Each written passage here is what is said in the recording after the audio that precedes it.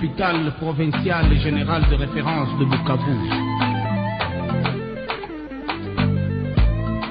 Na kusalimu msikizaji mpenzi na kukaribisha kutegea sikio kipindi chako kipendelevu Santé Plus Magazine. Kwa siku ya leo tunampokea Daktari Matabaro Safi Bijou akiwa mpasuaji kwenye hospitali kuu ya Bukavu, na tunazungumzia tu kuhusu pied diabetic ama vidonda vinavyokumba mara kwa mara wagonjwa wa sukari. Joyce Kalumuna jina langu na kwa utangazaji. Karibu msikilizaji mpenzi na utukope sikio hadi ukomo wa kipindi.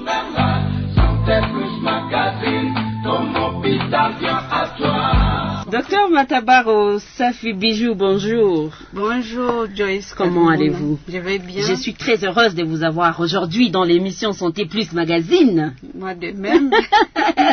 Ça faisait longtemps. Oui, oui. Ouais, il fallait vraiment que vous soyez là, heureusement que vous êtes là. Oui.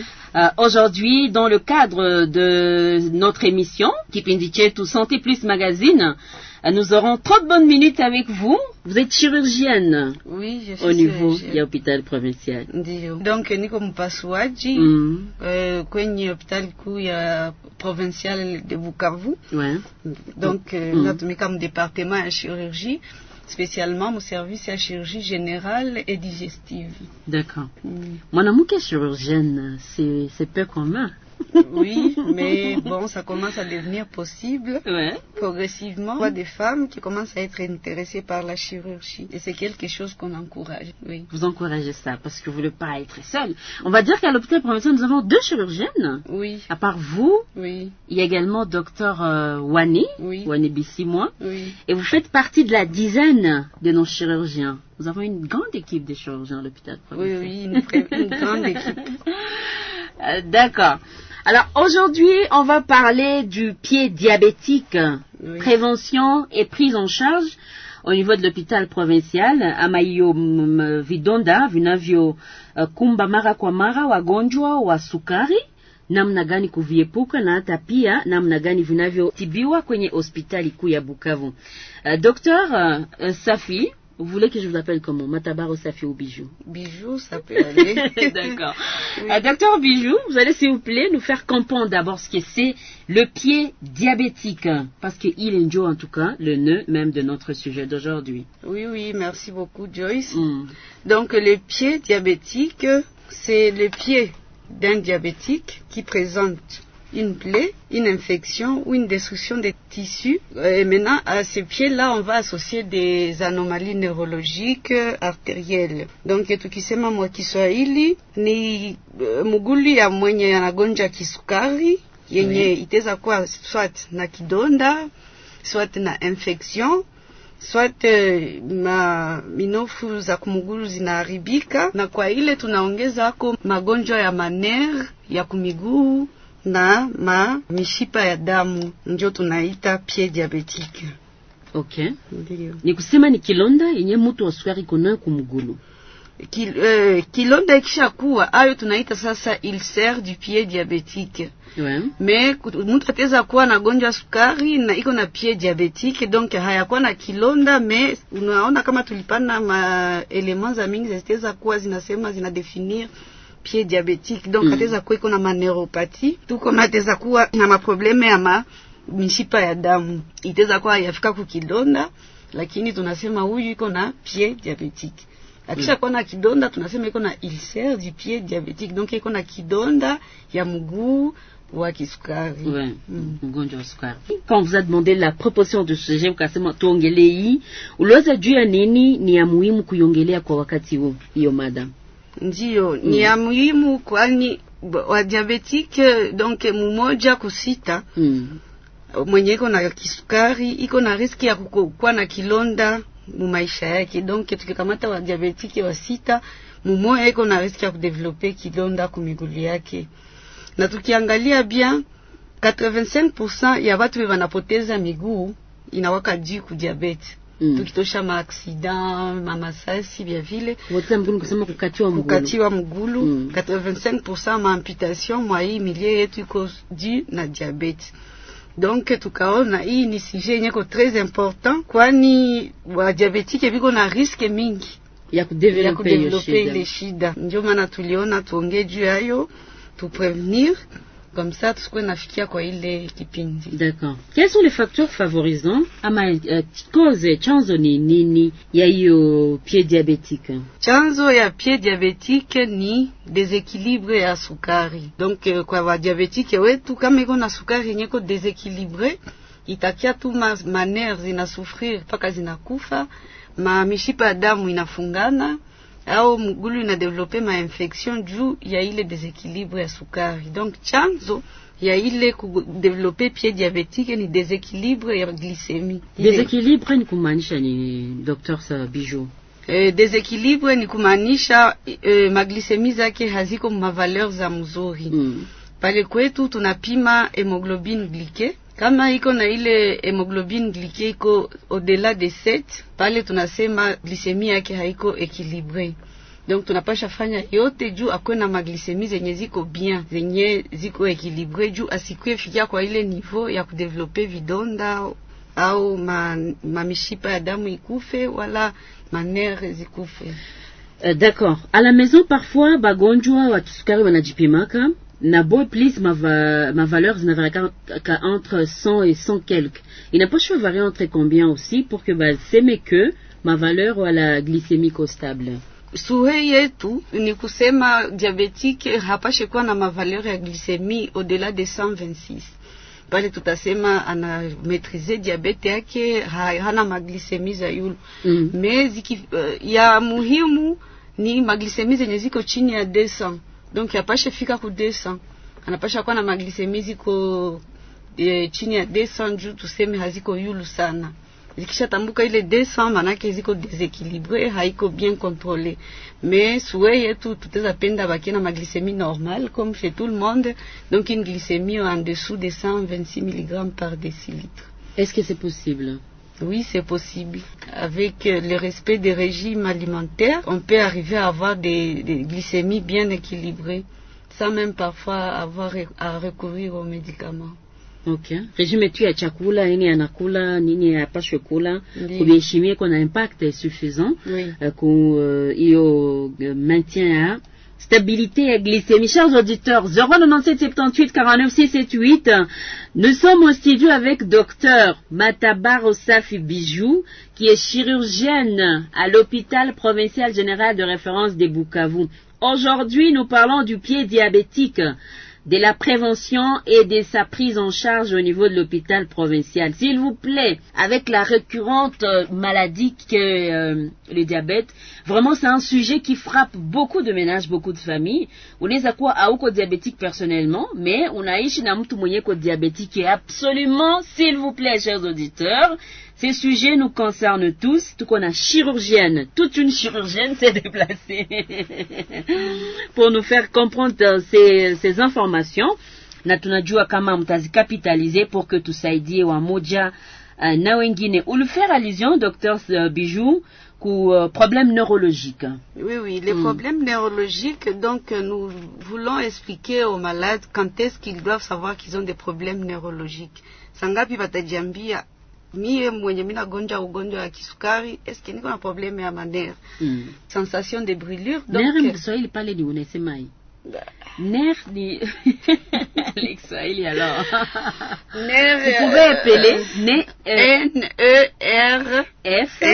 Ok, d'accord. Donc nerf. Donc les nerfs, c'est ce qui nous aide à percevoir la douleur. Oui, à savoir est-ce qu'on nous touche et tout, c'est ça les nerfs. Maintenant, si il commence à avoir des brûlures, donc anasikia ça vile moto, miguu liko na moto, pale atasema ndio nishakuwa na probleme ya manere. Wala anasikia miguu liko baridi kwa sa glace. Wala anasikia ça vile ma décharge ya courant, anasikia ça vile courant na mkamata kumigulu. Au anasikia ça vile unyengelele kwa nampita kumigulu, au ça vile biko wanamtobola. Huko mwingine atasema iko nasikia sasa vile migulu haiko yake, iko nasikia sasa mwiko anatembea sur du coton quoi. Donc là tutasema ke sensibilité haiko tena nasikia migulu yake, wala migulu inawasha bila sababu, iko nasikia tu migulu inawasha, mais il ne sait pas vraiment identifier où précisément atakuna hapa, kisha kidogo anasikia, donc hayue apresize wapi kuko kunawasha au unamugusa hasikie bien. Kama unamugusa pale atasema de la sensibilité, hein? Oui, oui. Inakuwa deja touché. Inakuwa touché. Na ni problème ya kuonesha mtu kama pied diabétique deja ouais. Anakuwa na pied diabétique. Pale atasema iko na pied diabétique neuropathique. Donc manère zake ziko na problème. Nitakuwa manère za kumugulu. Ndio. D'accord. OK. Alors, que faire finalement? Parce que kuna kwa aussi comment on appelle, marche à suivre, des conseils, des recommandations. Oui. Zenyeni kama wataalamu waganga wanaohusika mnapatia kama diabétique. Très rapidement, s'il vous plaît, docteur Bijou, j'espère que auditeur viko kuimba viko wanasikia ni nini na nini, kama unaweza tusitelea ngapi hivi pour que bajue nini wanaweza kufanya ili waepuke hiyo shida ya pied diabétique. Kwa sababu ya kuepuka ile shida ya pied diabétique, tunawapatia kama 10 commandements. Donc juu ai retenir facilement, on va dire les 10 commandements des pieds diabétiques. Na kwa amri. Oui, oui. Donc amri ya kwanza tunamwambia kila siku diabétique anapaswa angalia miguu yake. Sasa diabete inaua macho. Sasa juu kwa sûr que miguu yake ilikuwa bien examiné kila siku, tunalomba mujamaa achagule mtu mwenye atakuwa anaangalia miguu yake bien, très attentivement, anaangalia, ana vérifier est-ce que hakuna kitu yenye iliongezeka kwa ile mguu, est-ce que kakilonda, est-ce que kuko nani mapo morte ziliongezeka, anapashwa angalia. Po morte kusema mkuswahili ulilisa ile ukai. Donc ni mwili yenye inakuwa yule. Donc unaona sasa vile mtu iko na mangozi zinamota kumigulu ngozi. Okay. Ndio zile anapashwa angalia. Kisha commandement kila siku. Commandement ya pili, sasa anaona tu ke kuko ile problème, ikuwe ile peau morte, ikuwe changement de couleur ya mugulu, anapashwa inageuka couleur gani? Inageuka couleur gani? Couleur inageuka plus foncé kwa pour sur notre peau noire. Couleur qui a changé n'a quoi un peu plus foncé, ça tend un peu vers le bleu ou le noir. Inaonesha kama damu haifiki tena bien kumigulu. Na tuliona kama diabete inaweza funga mishipa ya damu, inatuma damu haifiki tena bien. Donc akiona mgulu moja inaanza kuwa na couleur ya yenye ko foncé par rapport à ingine, anapashwa déjà alerté. Donc deuxième commandement, signaler tout problème. Donc c'est pas seulement qu'il faut en examiner, mais il faut en signaler immédiatement. Donc c'est le deuxième commandement. Commandement ya tatu, diabétique yapashe tembea mgulu chini, ikuwe ndani ya nyumba, ikuwe nje ya nyumba. Juzi tuliona pale kama ateza kuwa na maprobleme ya manere. Donc kama iko na problème ya manere, hata sikia senya na lumia. Manere ndio ile sensibilité ishakufa. Ilishakufa. Donc anaweza tembea kulijiwe, anaweza kanyanga musumari, anaweza kwala kumeza na hata sikia. Donc akwe nje ya nyumba wala ndani ya nyumba, anapasha tembea, anavala viatu. Commandement ya ine, anapasha na miguu yake kila siku na maji yenye ko tiède. Isikuwe baridi sana, isikuwe moto sana, ikuwe tiède.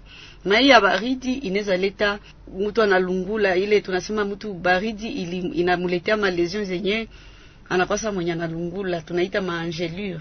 Tuko mai ya moto itaweza muletea ma brûlure. Sasa na haiko nasikia kumigulu. Ndio sensibilité shapunguka. Donc anapasha na mai yenye ko tiède kila siku. Akisha maliza nao ana essuyer migulu très très bien. Anapanguza katikati ya vidole, yote inakauka kila siku. Anapasha nao na savon, na savon tukiza na nawaka, anakausha migulu. Commandement ya tano, anapasha pagala crème hydratante. Parce que avec les problèmes de diabète, on présenta comme sécheresse ya migulu. Et na ile sécheresse kama inabakia vile inaweza evoluer, inakauka. Migulu inakauka, kama inabakia vile inaweza fika ku situation inaenda na katika inafasa vile makampala. Na kisha katika vile inaweza tuma sasa pale inakuwa source ya porte d'entrée ya ma microbe ndani ya mwili. Donc inapasha jikaza migulu kwa bien hydraté. Les dangers maintenant quand on hydrate ses pieds, c'est quoi? Hapasha pagala mafuta katikati ya vidole. Juu katikati ya vidole hayo akipagala mafuta kifukutu inaingia. Ndio. Kifukutu inaingia, inatoka jasho, inatia vilonda. Kwa unaona watu viko na vidonda katikati ya vidole, ni juu mkuko humidité ya mingi, na mwele humidité ndio magerme zinajideveloper. Donc anapasha kausha katikati ya vidole, kisha anapagala mafuta fasi yote miapana katikati ya vidole. Okay. J'espère que c'est clair, chers auditeurs. Heureusement, tu connais mon s'il vous plaît. Merci. Donc, 6e commandement. Maintenant, concernant les ongles. Makucha. Ndio, makucha. Asikuna makucha mrefu sana. Na sibukate sana de telle façon que likucha inakuwa haionekane tena. C'est pourquoi on dit aux diabétiques, gardez les ongles suffisamment longs pour être capable de les limer. Donc makucha yenye atakuwa capable ya kulime. Unaziacha zikumalisho na zilime njo na lime. Zinda napunguka. Mais hapana kukata, juu inaweza jilumiza. Ndio. Donc il faut pas les couper. C'est le 7e commandement. Ce qu'on dit la chirurgie de la salle de bain. Kukata makucha na makupa ongle na mawembe. Kuna natosha makiticule, zile zafaa kupédicure. Tout ce qui a comme traumatisme lié à la pédicure napasha kwa éviter. Ndio tunaambia ba diabétique wetu basi fanye ile ma pratique. Donc éviter la chirurgie de la salle de bain, c'est le 7e commandement. 8e commandement, les diabétiques doivent changer les chaussettes tous les jours. Après cheval la chaussette et moi siku mbili. Là c'est plus pour les hommes hein. Ah oui, hein. Ouais, et tout le monde qui porte les chaussettes pour ne pas être discriminatif. C'est plus non, ça c'est poli, c'est plus pour les hommes. Oui, bien sûr, les femmes, si vous les emportez aussi, pourquoi n'a changé qu'il a ses coups? Pourquoi aussi ils doivent changer chaque jour les chaussettes? Oui, oui. Tous les jours, on doit changer les chaussettes parce que les chaussettes là, on les porte et puis on porte les souliers. Il y a une chaleur dans les souliers, donc les germes peuvent se développer facilement dans les souliers, et puis après les chaussettes vont prendre les germes. Si vous les portez 2 fois, vous avez transpiré, vous avez marché toute la journée, donc il y a des microbes. Donc il y a quoi danger. Donc on doit les changer tous les jours. Et qu'est-ce qu'on fait? Donc, nous on préfère les chaussettes en coton, parce qu'au moins avec du coton on transpire moins. Et ça absorbe les transpirations. Unaona kuna kama chaussette yenye haina mshono. Donc yote ko moya mule ndani ya mule mshono ya pale mbele. Juu ile mshono inaweza kuwa point de pression. Ça yenye najiappliquer kwa mwili ya diabétique. Comme il sent pas la douleur c'est une alerte. Normalement kwa mtu mwenye hana problème ya ile manière, akisikia douleur anaweza tosha ça chaussette on a vérifié ce qui se passe. Mais il y a taillou, viens d'anajipicha mule sans qu'il ne se laisse. Oui, oui. Donc c'est pourquoi on préfère leur dire. Le 9e, le 10e, il y a beaucoup de matière. Hein? Oui, oui, beaucoup de matière. Le 10e, s'il vous plaît. Le 9e, maintenant, le plus important là, c'est dans l'achat des chaussures. Ouais. Oui, oui, il faut. Tuna expliqué aux diabétiques, yamui munikuza biato magharibi. Magharibi, quand on en parlait tout à l'heure, j'ai rigolé. Oui, oui. Effectivement, parce que quand on a dormi toute la nuit, on est à l'horizontale, donc comme kitanda, migulu haivimbe, migulu inashuka. Busubuhi unavala viatu, unaona vinakuenea, unatembea mchana mzima, migulu inavimba, magharibi, je pense que batu mingi washafa l'expérience, magharibi anaona viatu vinambana. C'est pourquoi on dit aux diabétiques. Miguu inavimba juu ni magharibi docteur. Miguu inavimba à cause du retour veineux. Donc damu inashuka kwa miguu, tunasimama tuko atembea, unaikala. Donc damu hairudie mzuri, inatuma miguu inavimba. Ikisha vimba vile kiatu na bana. Ikisha bana donc inaleta vidonda. Donc inapasha vala viatu yeko adapté. Na napasha uza viatu magharibi sa miguu inavimba pour que kesho kipunguke imwene tu. Et non pas le contraire. Exactement. Na tena pale tunaangalia sasa mwenye hana maprobleme ya manere, par exemple anaheshimia sukari yake kwa bien équilibré, anaona mganga kila siku. Yeye iko na droit ya kuuza ma chaussures commerciales.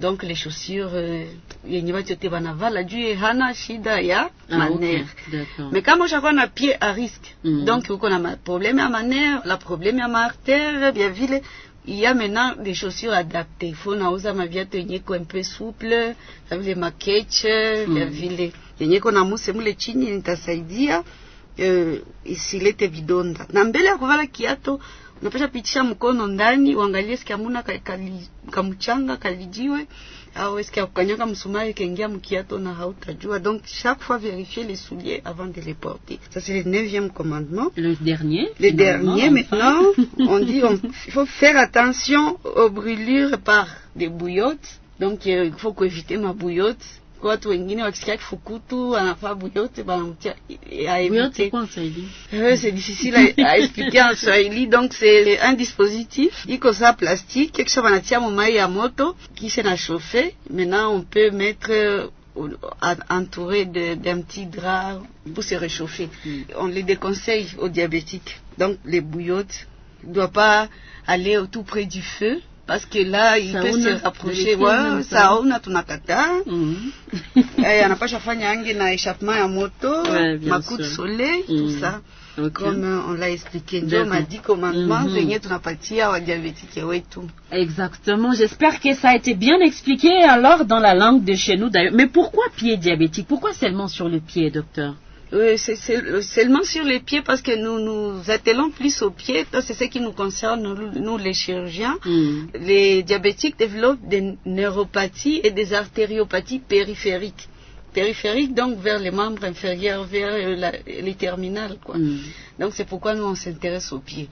Vers la périphérie, donc s'il a un problème, il y a mishipa ya damu. Mishipa ya damu inafungana kwa juu ile sukari yenye iko bien équilibré avec tous les mécanismes, inafika inafunga mishipa ya damu. Damu haitafika bien kule ku mwisho, donc maorteil, ku pied et tout. Donc c'est pourquoi on parle du pied. Même les nerfs, les petits nerfs nazo zinawaka vascularisé, donc nazo zikipata shida ya kukua vascularisé juu ya problème ya diabète, manère nazo zinakufa en périphérie. Ok. Oui. D'accord. Alors finalement, mtu kama anafikiria malgré tout ça, par malchance anafikiria kupata kilonda kumugulu na ni diabétique. Nini ndio anapaswa faa? Merci. Donc akipata kidonda kumugulu ya muhimu, il faut anaenda kwa hospital immédiatement. Anakuja kwa hospital tunaangalia. Ya kwanza tutafanya examen ya kupima ma artère, donc ile mishipa ya damu, tunafanya échographie Doppler, tunaangalia eske damu inapita bien mu mishipa, hii kidonda likia juu ya nini? Eske ni juu ya mishipa ya damu haipitishe tena bien? Tunaangalia, tunafanya examen ya kutafuta ile maneuropathie.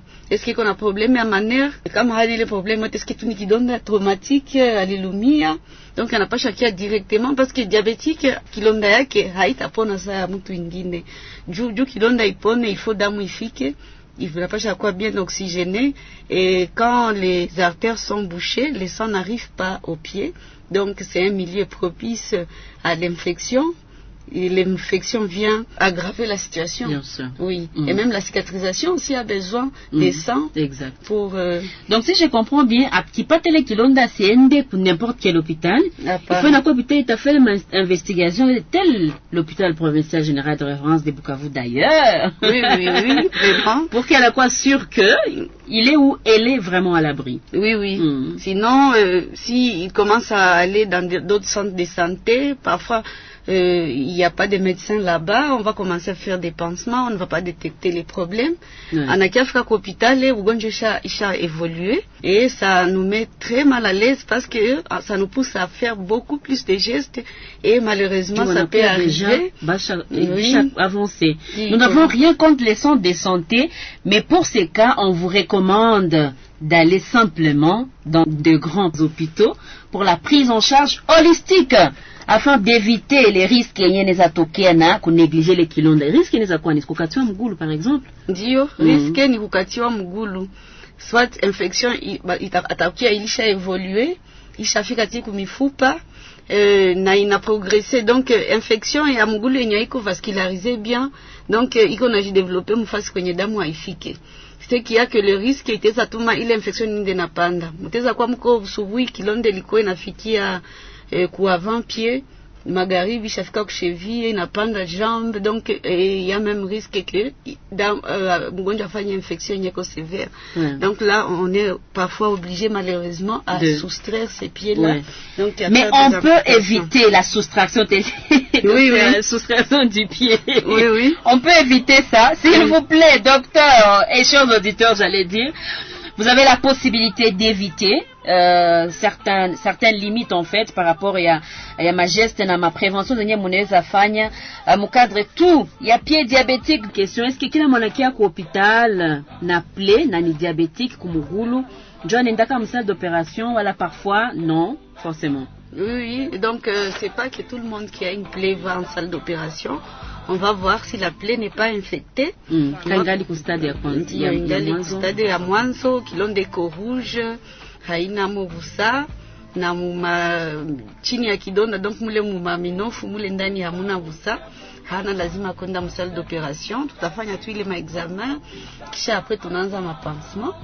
Et là c'est bien parce qu'on peut même le faire en ambulatoire. Donc il peut rentrer chez lui et venir tous les jours, ça dépend du rythme. Est-ce que c'est chaque 2 jours? Est-ce que c'est 2 fois par semaine? Est-ce que les pansements le fait tous les jours?